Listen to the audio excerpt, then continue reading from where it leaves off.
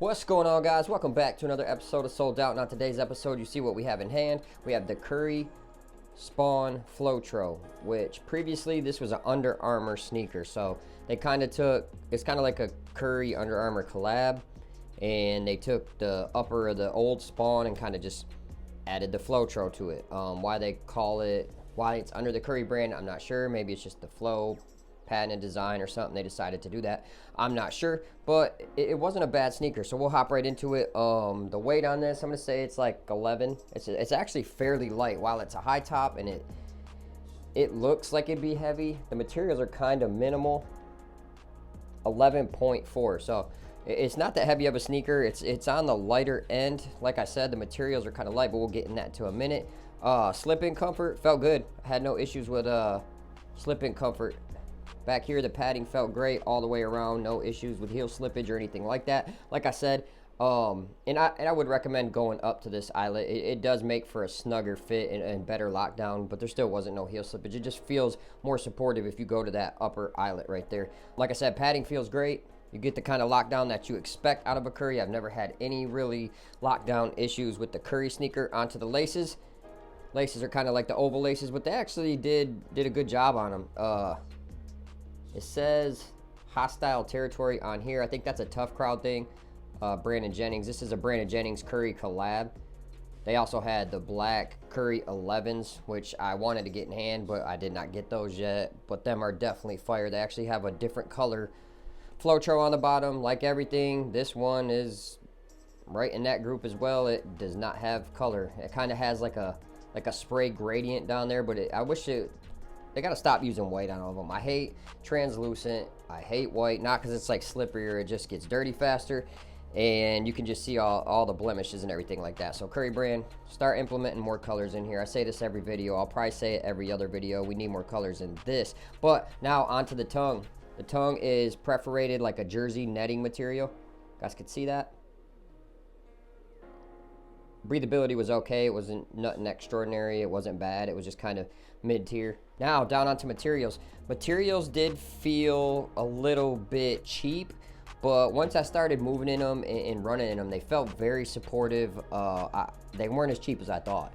They felt good on foot. All this comes up high, gives you a tons of support, and this material is almost like a plastic. There is plastic underneath some of this material right here. I don't know if you guys can see that triangle. It's kind of embossed a little bit, but you can feel there is a plastic support under there and down here as well. You guys could see that right there. I hope you guys can see that. The colorway is pretty crazy. It's like almost like a galaxy type colorway, but when you move it, I don't know if it shows on camera, but like it's almost like a prism type vibe you get out of it. Like if you get one of them shiny basketball cards or whatever, the prisms, and you turn it and you can kind of see, like it almost looks like cracked glass. This does have that same type of colorway, or same type of color, so that's pretty dope. As far as breathability on the materials, it looks like it would be crazy breathable, but it wasn't like super breathable or anything like that. This netting material is covered with a pretty thick pad underneath it, so it definitely feels comfortable on foot. Like it conforms to foot. This right here, once you tie this up, it locks down. It feels great on foot. Materials feel supportive.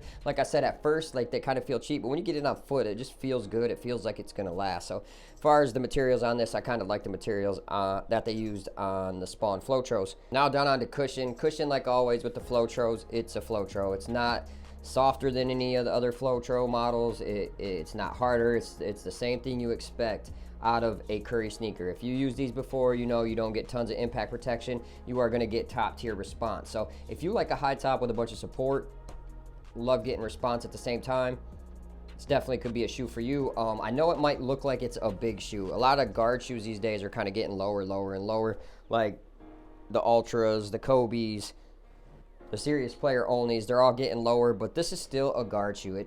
It could be a big shoe as well, but it's definitely light, super supportive. The response is there, so we'll jump into that right now. Traction is Flow traction. It's one of the best tractions that I've ever put my foot in.